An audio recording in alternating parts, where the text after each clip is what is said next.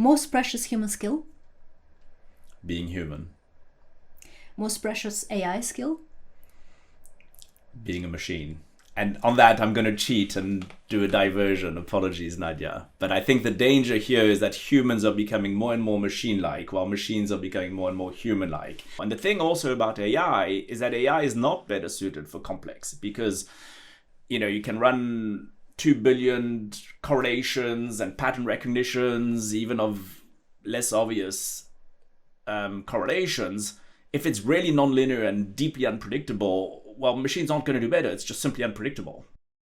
Today we meet a world-renowned futurologist, chair of the Disruptive Futures Institute in San Francisco, president of 𝐸𝐻, featured in MIT, CNN, World Economic Forum, Fast Company, and Wired, and author of best-selling books in disruptive futures.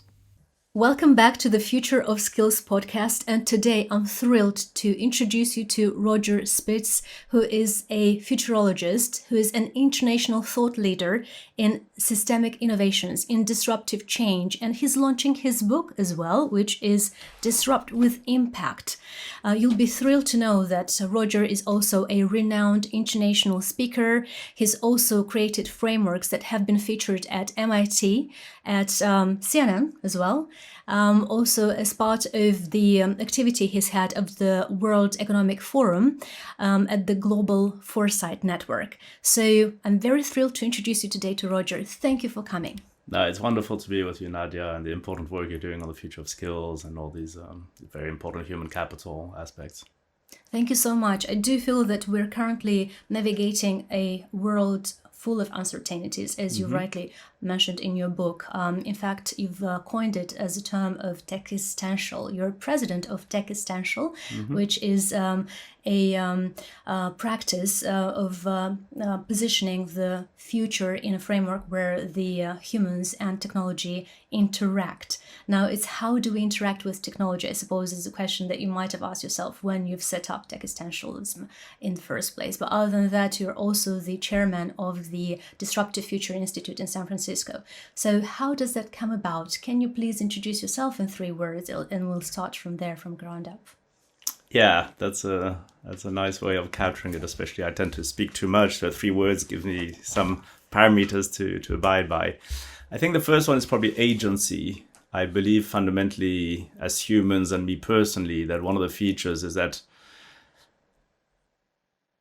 to a degree we have agency, which is represented by freedom and choice. Yep. To a degree, or even if things are imposed on us, we have some choice as to how we respond to events, even if they're external. So agency is an important one for me. I find it very empowering and philosophical, and we can unpack that later. The second one is probably change. I more recently focus a lot on change and try and really go to the underlying drivers of change and the implications of change, and an appreciation that the vantage points on change make a difference as to how change impacts you and how you drive change yourself. And some of the changes that take place are unwarranted. Many are important because the status quo isn't either always ideal. I think the status quo in the current world would be problematic for some of the challenges of society, of climate and others. So change is important, but we need to appreciate the relationship we can have with it. And the third word is probably paradox, because Love it. I think one of the things I kind of discovered for my own personal life and even just the world is that in a complex world, which is what we live in and which we'll probably unpack in our discussion, Nadia, we like simple bite-sized binary answers and perspectives. But the reality is that most problematics or complex have paradoxes, tensions, surprises, contradictions. And myself, and as human beings, we're layered individuals. I started my career as a chartered accountant, and we can talk about that later, in London, in fact. And now I'm at maybe the opposite spectrum of a chartered accountant. And for those who watch Monty Python, the usual stereotypes of what accountancy can offer or not. And And these paradoxes make us kind of interesting and layered. And I think that there's nothing wrong with these tensions and contradictions, but we need to kind of make sense of how they cohabitate and appreciate that it's not a binary singular perspective, that the things that are contradictory sometimes in one's own thoughts and beingness and the world.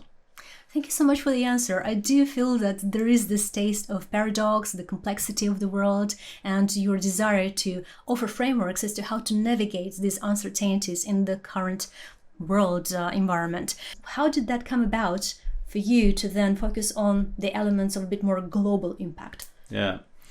I was actually in France in the French educational system, and I enjoyed a sort of probably broader A-levels equivalent, the baccalaureate, than the UK, which can be quite specialized. You know, I think you do 3 A-levels or whatever it is now.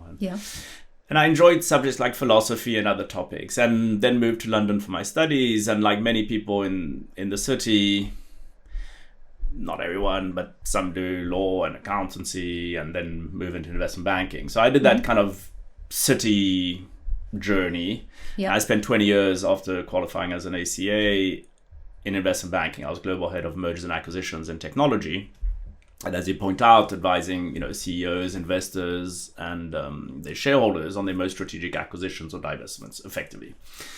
And the sector was technology, and it was externally focused. I was with the bank advising external clients on their deals. I did that for a long time in London, covering globally. And in 2017, our CEO asked me to spend more time in San Francisco. We moved to San Francisco to reinforce and reinvigorate the business there. And when I got to San Francisco, I promised myself to go down that rabbit hole of change, of complexity. And for want of a better word, I kind of use disruption, but I use it in the sense of systemic change, systemic disruption. But if I sort of say nonlinear, complex, unpredictable, systemic change, people look at me. So disruption is not the word that is understood in that sense, because it's often assimilated with technocentric or innovation and product development. We use it in the more systemic sense of change. But to answer your question, that journey, once I started doing a number of courses and changing ecosystems and learning, unlearning, relearning around complexity and systems and foresight and systems innovation from many different vantage points. I did courses from Singularity University to the D School at Stanford to even improv and stand-up comedy to that's interesting. Futures and Foresight to systems thinking at Santa Fe Institute. And these are tiny courses. I don't have the mass or the PhD levels to do proper complexity studies, but just at a basic level, just doing executive programs and that. And after a few years, while I was still in investment banking in M&A, I kind of felt, wow, the assumption of the world being stable, predictable, linear, and controllable, not only is it wrong, but the cost of making that assumption, in my mind, I was sensing that the cost of that assumption was increasing. And I use cost not just in monetary way. There's a human cost, there's a societal cost, resources and everything. And so I basically decided, took either the very brave or very stupid decision, or both, maybe to our paradoxes, decision of professionalizing full-time thinking about these topics. And the umbrella that I found was a good umbrella was Futures and Foresight. Even though it encompasses many things, Futures and Foresight for me was a good umbrella for looking at topics of systems change, systems innovation, systemic disruption, transformational change. And that's really the kind of inflection point for me. And then some of these topics were quite esoteric, like decision-making in deep uncertainty. And I mean, many people thought about it, but still not the general public or most companies or people when they think about the career. And then when the pandemic hit and many of the events post-pandemic, if we can call it that, brought us to a stage where change is a constant, where things seem to self-reinforce the changes, not necessarily positive or negative. There's a combination of both. Much depends on how you prepare for them, how you think about change, how you see the world. But all of that suddenly made that some of these topics around complexity or decision-making, deep uncertainty, unpredictability were no longer so esoteric and became center field in a sense. And that's when I, not only I had already decided to move out of investment banking and take on a few more positions and spend a bit of time writing and talking about these. But that's when I set up the Disruptive Futures Institute, because I realized that the demand I was getting from individuals, from organizations, institutions, companies was very significant for better sense making and decision making and unpredictability. And so that led me then to focus on topics which lead themselves to this, such as the energy transition, such as emerging technologies, such as education, because we can talk about it and it's key to your podcast, Nadia. But the way you see the world is predicated often by education and the assumptions 100%. You make. And so I couldn't, if you're thinking about things systemically, you got to look through the different levers of change, from education to policy to other ways of being effective in driving change in a virtuous way. And so that led me to focus on a number of topics but ultimately avoid being specialized, because you need to think systemically, and we can unpack what that entails, and if you wish. Absolutely, and thank you for that. You've basically, in your answer, have given us a few good ideas as to what the book itself is about, because all of these complex topics are being looked into in the book in a little bit more detail. As part of that, I'd love for us to go back a little bit in terms, because the whole podcast idea is around skills and the relevant skills in the age of AI, hence the topic of today, how to stay relevant in the age of AI, right? So as part of that, we need to understand a little bit of what has grounded you up and helped you become who you are today, a futurologist, right? Someone who looks to unpack all of those uncertainities that we're navigating through. And as part of that, I do have a question that is around your beliefs and your background. Can you let me know first, starting from your beliefs element, what is it that keeps you up at night? What is it that, makes you a little bit more driven and have that lust for life? Yeah. So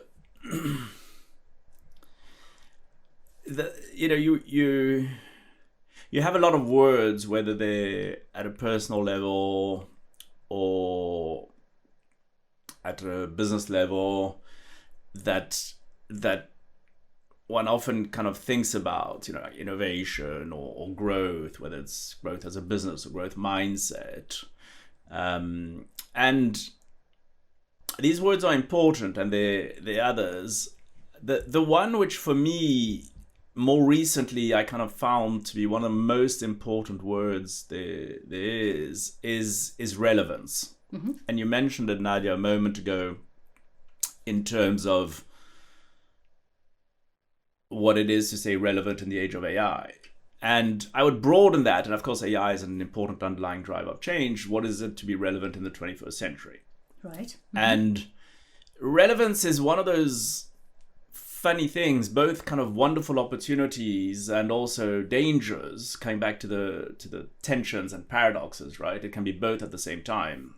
In the same way as we use systemic disruption or change can be both, right? Right.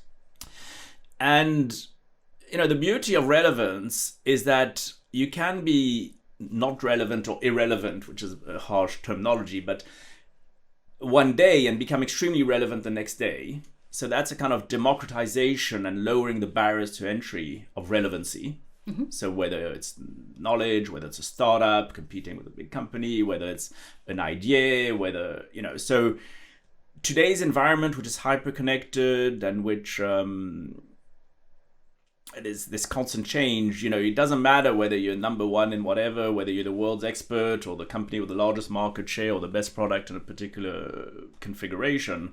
Ultimately, that doesn't guarantee relevance. Relevance is something that's tried and tested and reinforced or disappears on a daily basis. And it works both ways, as we mentioned. And so that keeps me up at night, because it intervenes at every possible level. It can intervene at a personal level. What is it to be relevant in terms of whatever one thinks is relevant for oneself? Is it to be sustainable economically? Is it to be fulfilled? Is whatever one might define as relevant.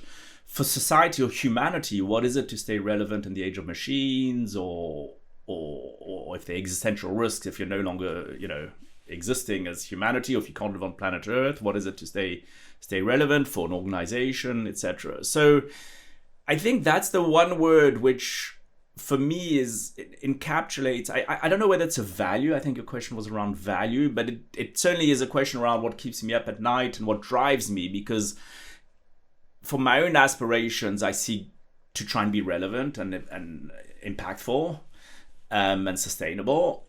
And then in what I do, I'm seeking to have a multiplier effect, which is helping, I mean, not wanting to be too ambitious, I'm not saying I'm achieving it, but in my mind, helping at least multiply some of these ideas to enhance the relevancy of some individuals, organizations, or humanity at whatever level I'm able to within my reach, and the multiplier effect.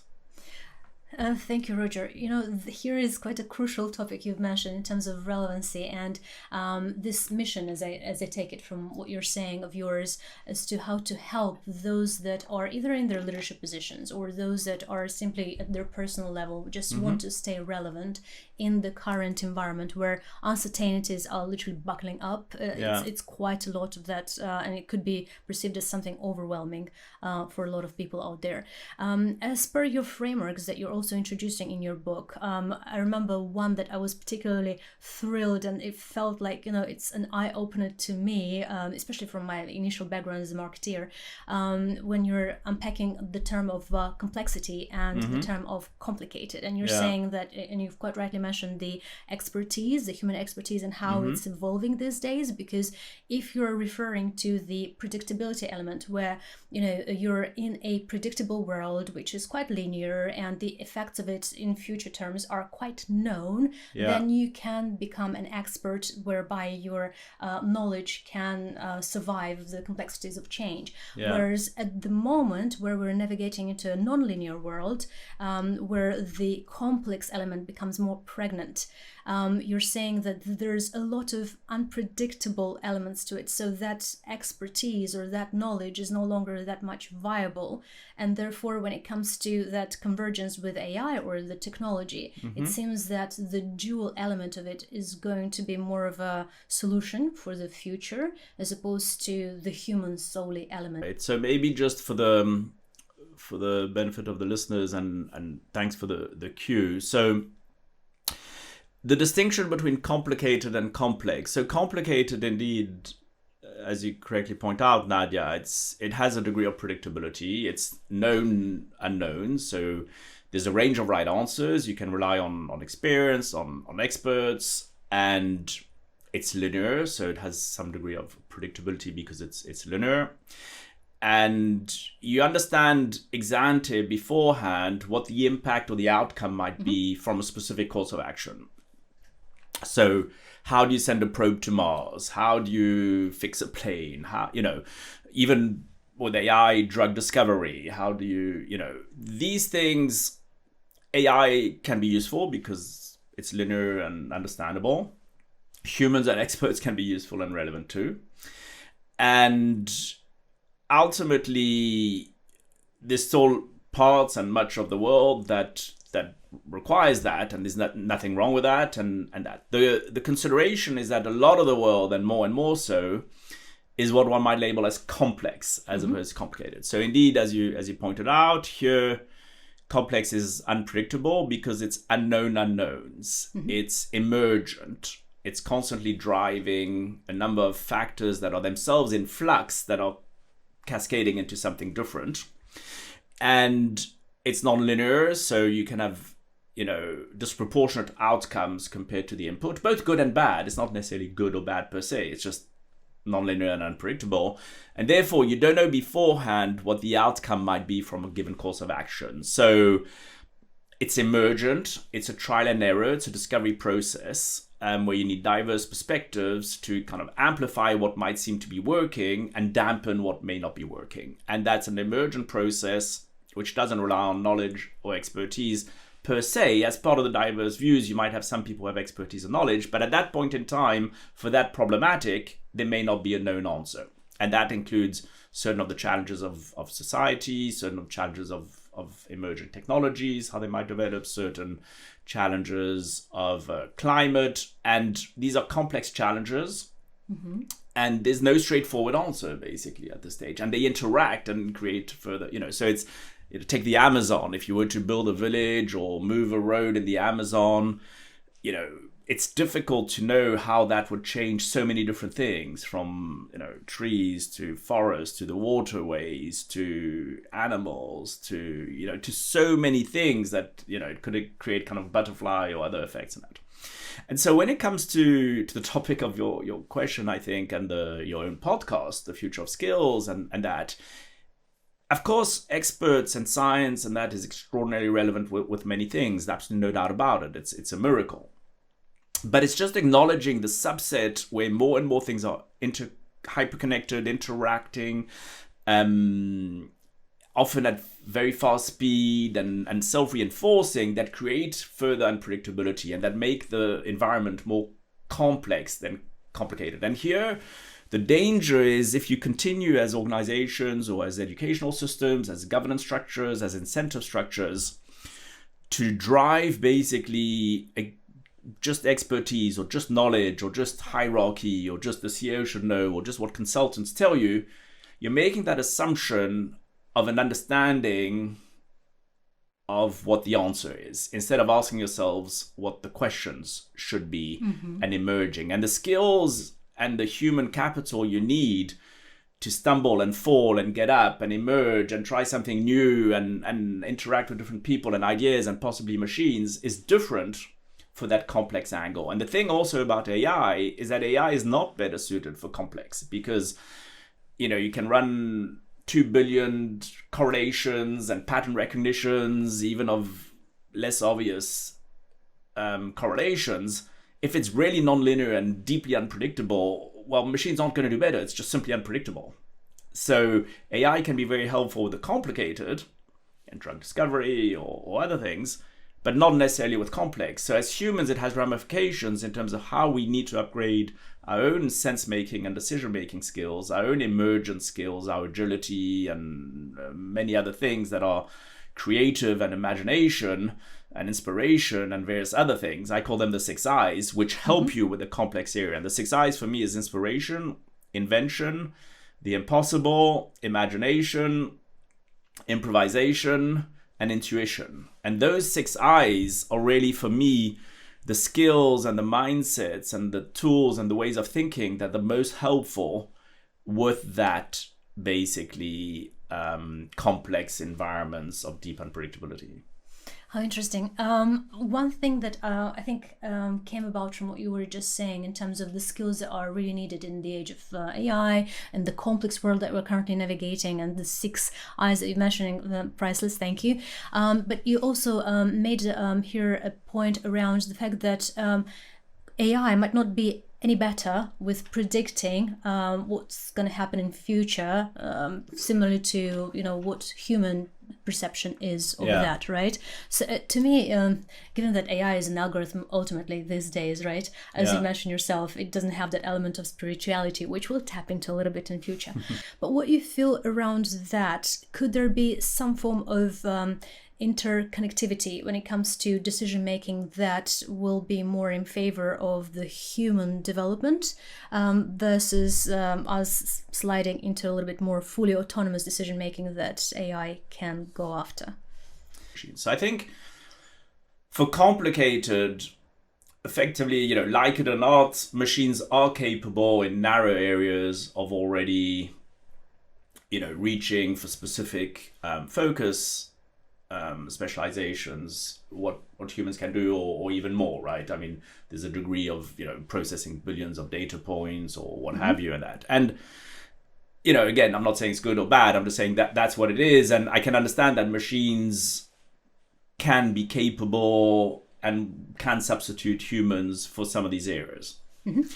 Primarily because it's predictable, because it's linear, and therefore, even though you need to have the right safeguards and watch out for bias, and even though I'm not saying it's a good thing, I'm just saying machines are capable of doing it, and we shouldn't deny that.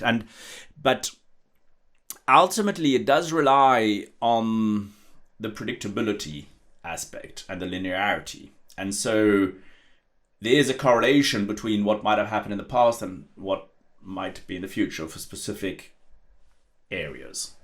And that is what it is. Now, in the decision-making value chain, whether it's machines or humans, you have a sort of descriptive element. So that's like data analytics. Yeah.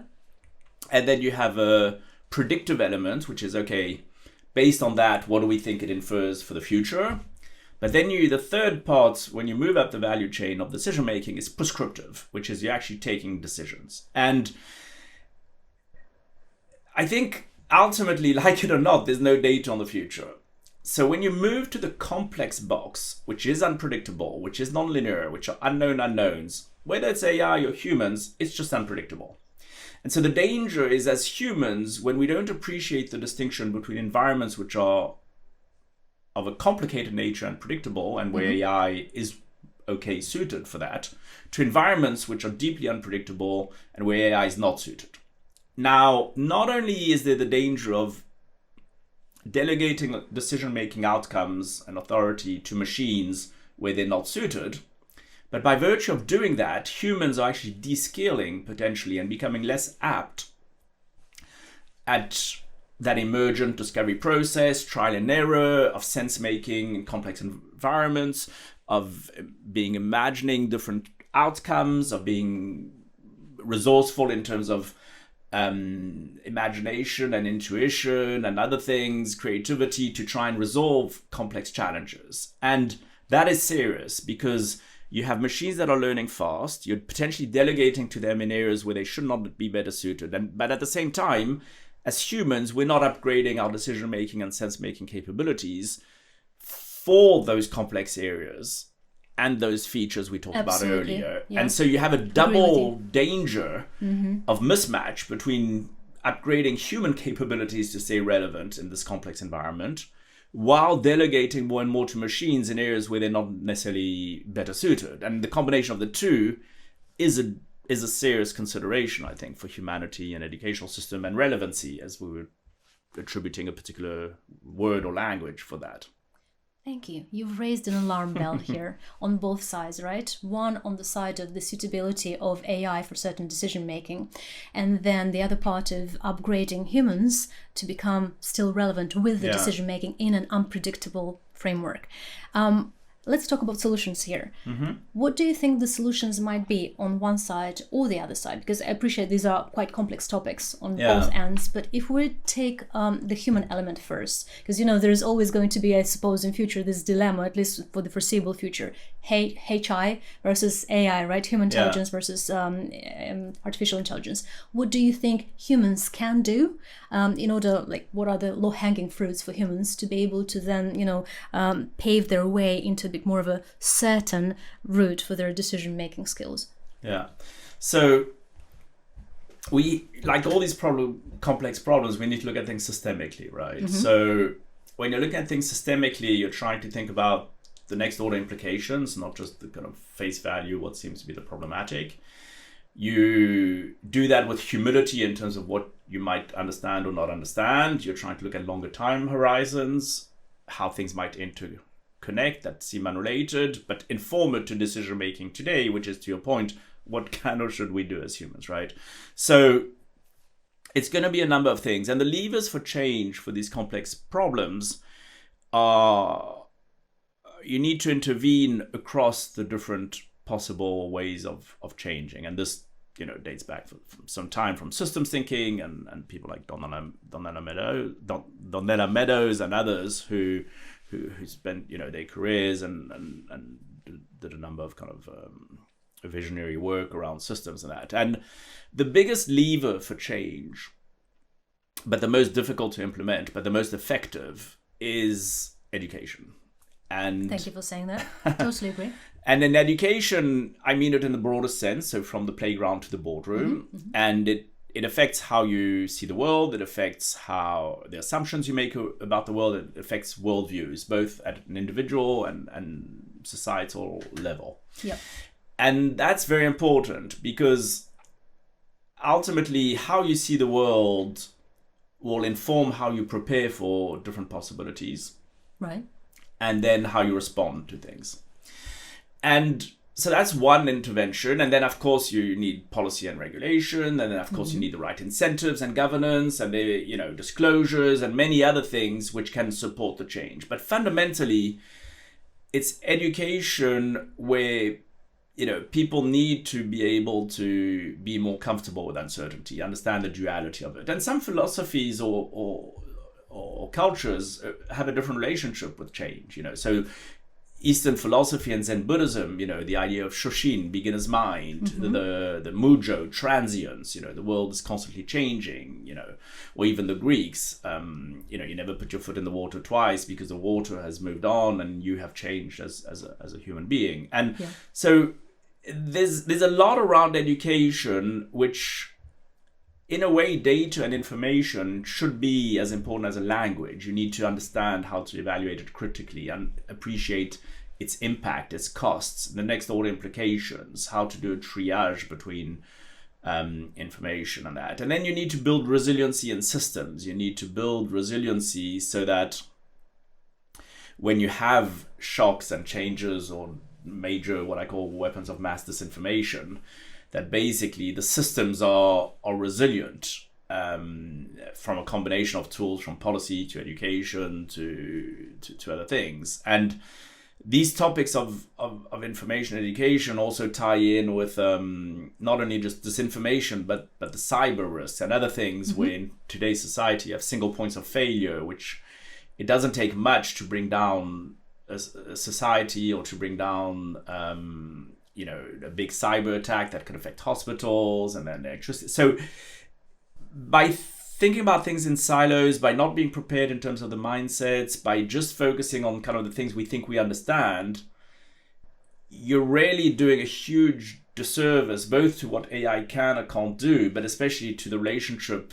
which I think is kind of your question, between humans and AI. And unless you have a better appreciation of that complicated versus complex, unless you educated and brought up to think in a more emergent way where you appreciate the features of that, you'll never make that distinction between where AI can be relevant or not. And then you need to appreciate how best to work with AI where AI can be effective. But it's a large number of things which are not currently, I don't think, integrated in education, in governance structures, in incentive structures, in leadership programs, or in, and so the gap between understanding some of these topics with what's actually happening is, to my mind, enormous. And so, you use the word alarm bells. I think that is the alarm bell, is that we have these false dichotomies in terms of, is AI, dystopian and the end of the world, or is AI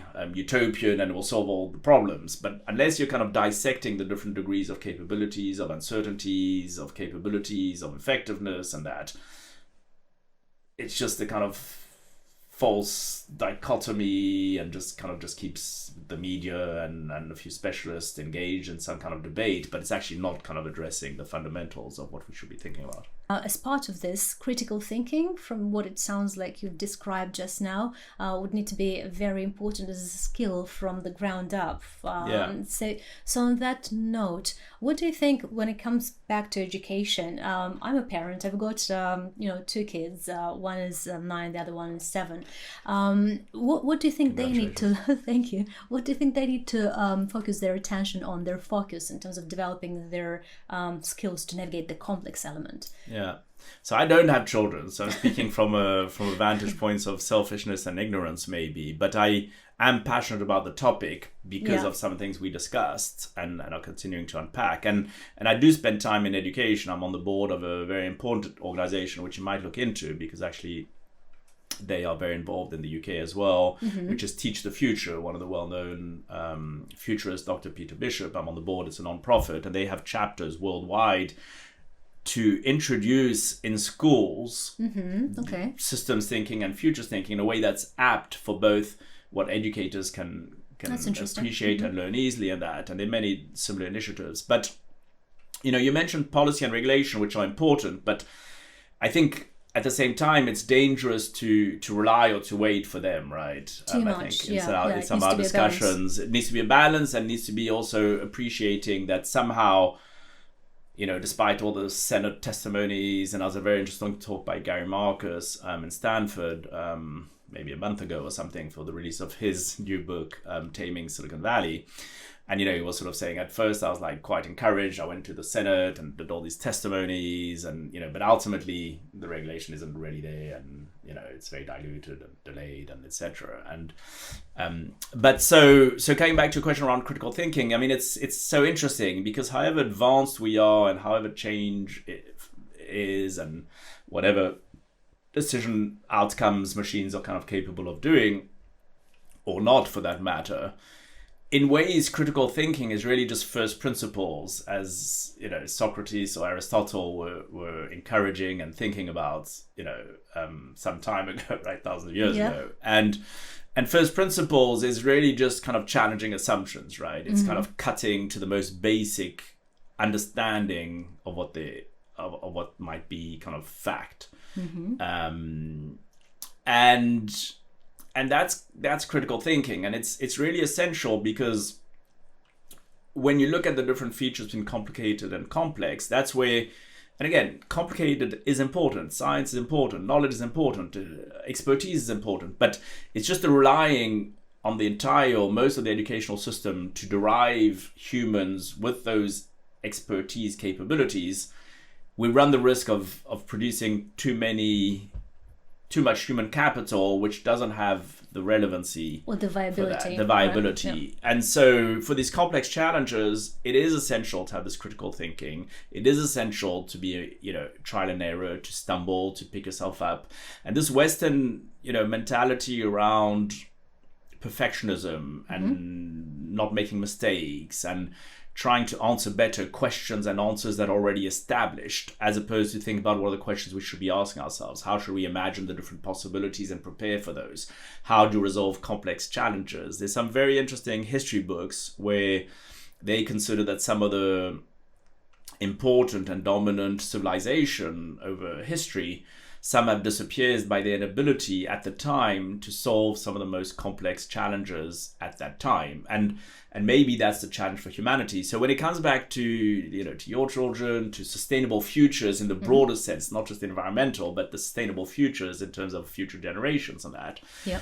And there's some initiatives, there's recently the UN Summit for the Future, and a lot of intergenerational work being done, and wonderful organizations. One I'm spending a bit of time with later today, School of International Future. So there are a lot of initiatives and people being aware of it. But fundamentally, the educational system, except for Singapore, Finland, and one or two other countries, is not changing. And if it's changing, they're sprinkling a bit of things on the margin, right? Yeah. And it's not, again, to sort of diminish or take away the necessity to learn how to read and write and develop knowledge and understanding. But that iterative process of discovery, as opposed to just getting an output from AI, the output and the answer is of irrelevance, and is of no use most of the time, especially with AI, because if it's giving you the answer, it's probably already a known answer, because it's just basically regurgitating data and that. So the challenge is, how do you make sure we create that journey of discovery in environments which are broader, which have more possibilities? How do you prepare for these possibilities?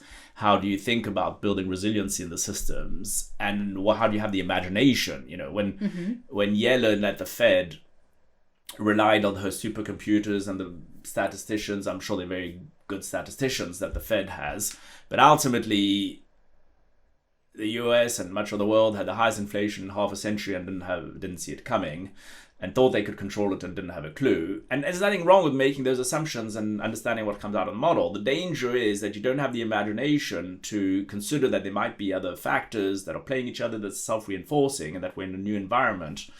And then you're relying exclusively on a specific outcome because that's your specialist, that's how you were taught, and what you learned at MIT, and what the best supercomputers do. And actually what's failing there is not the technical expertise, it's really just the imagination. I love that. It reminds me of the fact that in certain organizations, I'm not going to necessarily name the name because otherwise it might appear that I'm necessarily endorsing one or the other, but they have this idea that as part of your working day, you should also put aside 20% of your work day to just develop certain frameworks or maybe assumptions or just to make your day-to-day better. Now, it sounds like, to what you're saying, what we have is this focus on the technological expertise, the operational side of things, and less so on the strategic that might underpin the technological or the operational. But to make that strategic work, you need to have that open mind, right? To critical thinking, to asking the right type of questions, and to know the art of asking those type of questions. It doesn't sound necessarily that that element is being taught in school, right? Or even in large organizations as you grow up, it doesn't seem that we do have that put on side, this engine that we can then rely on for a bit more of a broadening spectrum of how we can develop our mindset to navigate the change. What do you think about that? Is it something that can be improved? Is it possible to be improved, or is it too complex to touch even? Yeah. What shocks me is that I don't think these should be that difficult to change. And, some of my clients actually, Brazilian government, the Chamber of Deputies asked me to testify and to give my perspectives on what it is to stay relevant for the future of education. Right? And I also spent time with, some organizations that have hundreds of private schools, and are thinking, give a talk to our educators because they don't have a sense of the new environment, what's coming, etc. What's coming, we don't predict the future, but what the dynamics of change that are on the horizon and already emerging, how are they going to form the children that? And some of it shouldn't be that difficult, actually, to ask questions. I think there's an absolutely amazing book. I forget what it's called, Beautiful Questions or something, about how to ask questions and the importance of questions. And that's an educational tool. Critical thinking is quite basic, debating, challenging. So I don't think it's necessarily difficult per se, although it is the most difficult lever of change, because when you want to scale it and do it for all of society, then you face a number of challenges, which is some incentives. In the US, I treat, education a bit like healthcare. In other words, there are too many people with a vested interest in not improving it or making it effective. Gotcha. The US does not want healthcare to be effective because you want people to be mildly sick and dependent on that. You don't want them to die, but you certainly don't want anything preventive. You want that middle road where you spend decades on drugs and in hospitals in and out. You shouldn't die and you shouldn't be too healthy or preventative. But that is basically great for the healthcare industry and the insurance industry, but forget humanity. And I think in the US and some parts of the world, education is a little bit the same. In other words, they want their kind of certifications, they want their expensive degrees that are of no value, they want to kind of, whatever the incentives, those will determine the outcomes. And then other places, it's easier maybe for Finland and Singapore to completely rethink its educational structure than it might be a country with a few 100 million people in that. But and again, I'm not pro-China or against China. It's not the point. But even take a country like China, which is definitely bigger than Singapore or Finland. They are thinking 50 years ahead in terms of education. And if you ask a kid in China what he wants to do when she or he grows up, it's not going to be a YouTuber. It's probably going to be an astronaut. And again, I'm not saying it's better. I'm not saying it doesn't have consideration. I'm just saying it's 1 billion plus people and not 10 million people. So there are ways of doing it, but you need to be very intentional and thoughtful about it and have the right incentives for changing education. And then to your point, you're absolutely right. I will name it, and I hope it's not an issue for you. It's your podcast, I'm just a guest. But yes, there are companies like Google or others, and I'm not saying Silicon Valley is amazing or whatever, but I'm sure there was a point in time, probably not today anymore, but in the past where Google was probably without a doubt one of the most innovative companies in the world around things that were completely novel. And they indeed had this idea of having 20% of people spending time on different projects. That time has changed. I think Google has matured. It's very different. It has its issues.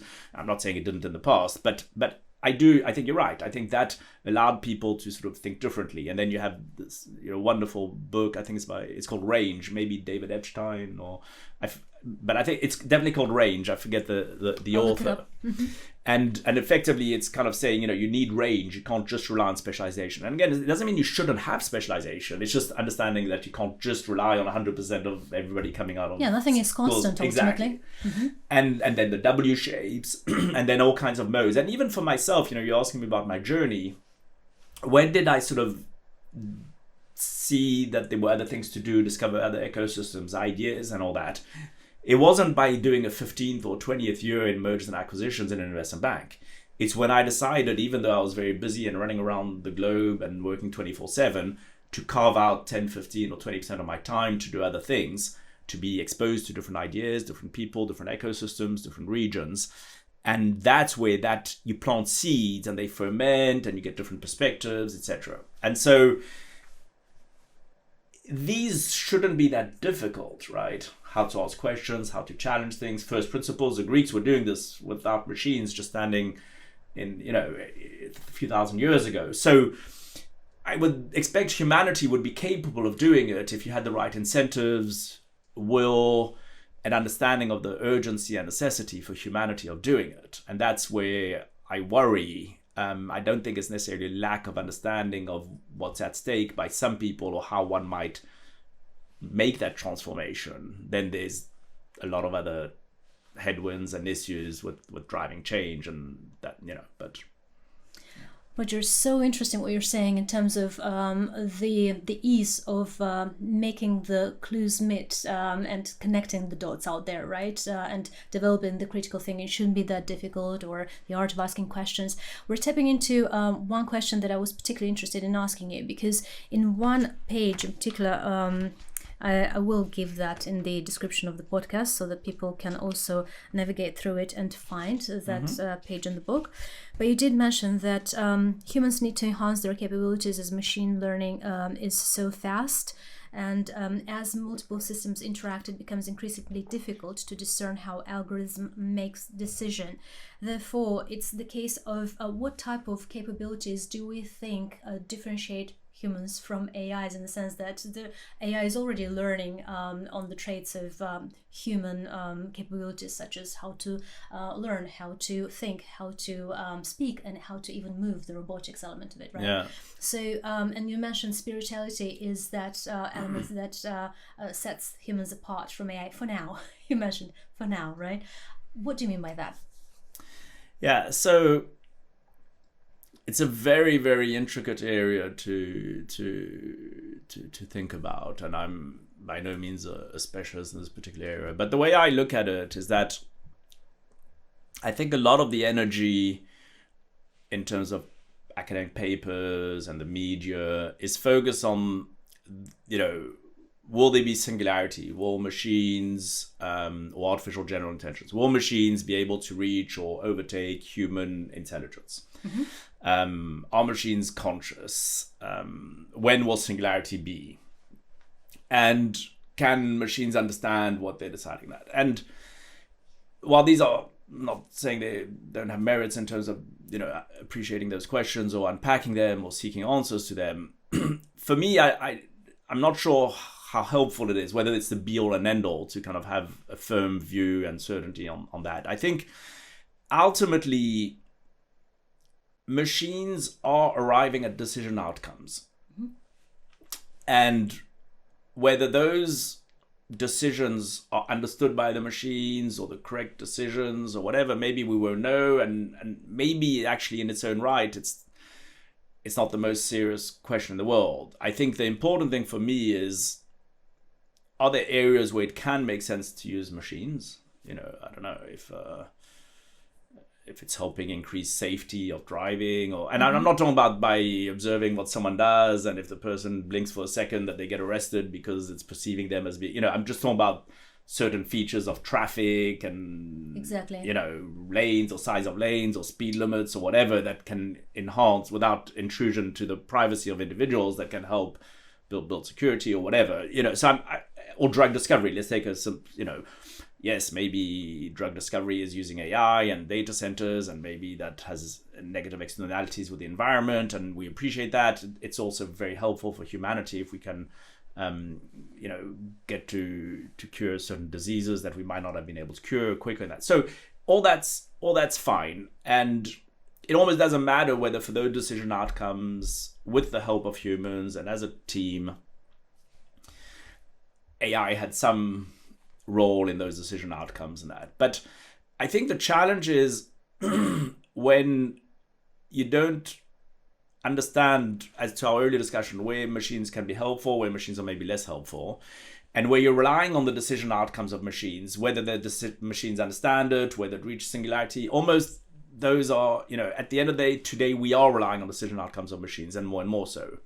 And if we're relying on decision outcomes, whether the machines understand it or not, it has an impact on how humans themselves are developing, because we're maybe not challenging the machines, we're maybe not developing capabilities ourselves, we're maybe relying on them for things that we shouldn't be relying them on, to our earlier discussion around what humans should be to upgrade. So long story short, when I write things about these topics, my concern is, what are humans doing to upgrade where machines are moving up the decision-making value chain, and kill the false dichotomies about dystopia or utopia.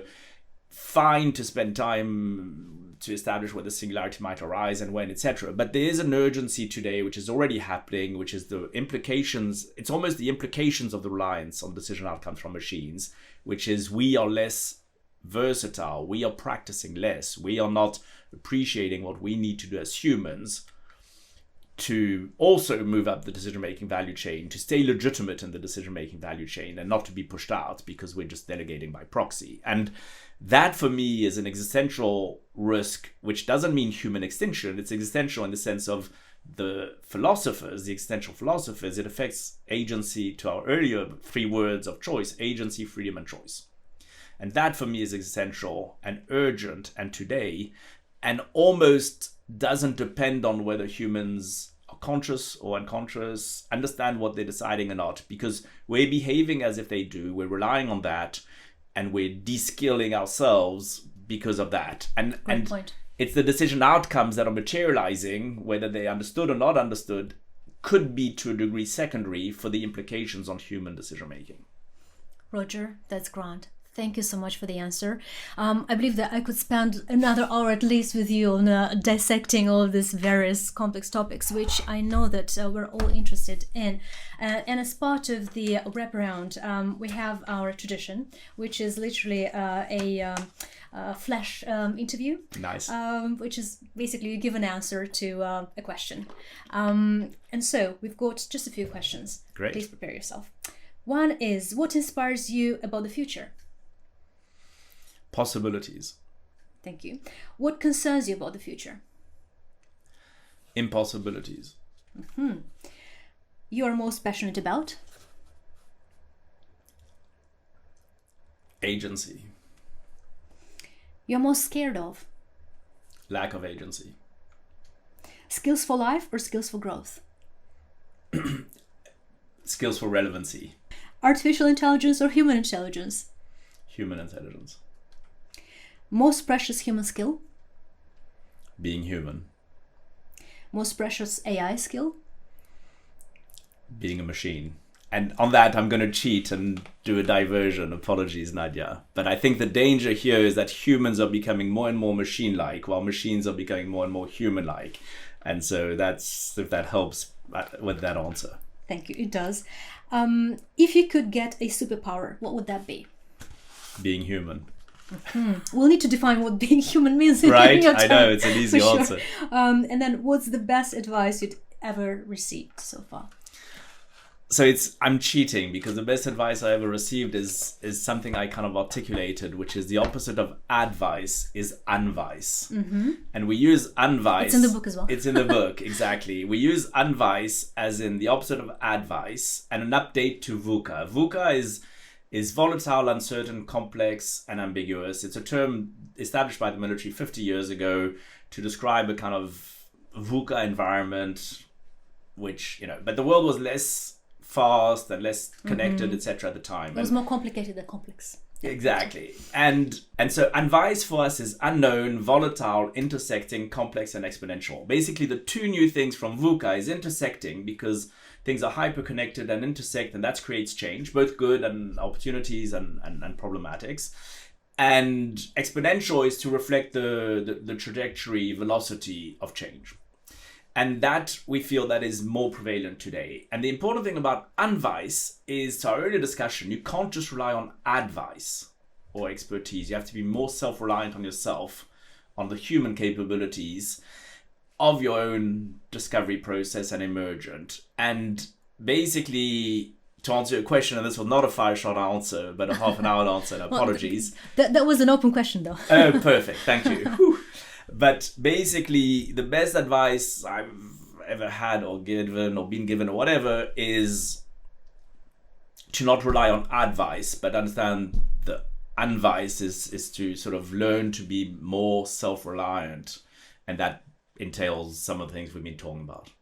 Thank you so much, Roger. On this beautiful note of self-discovery, I'd be thanking you so much for our discussion today, and welcoming everyone who's going to be listening to the episode to make themselves acquainted with the book as well, which is absolutely sterile to me. It's been an eye-opening to me in the various complex topics of how to navigate the change of tomorrow. Thank you so much, Roger. Thanks, Nadia. No, it's a wonderful exchange we had, and it's extremely... There could not be any topics that are more important than the ones you focus on. So thanks for doing that.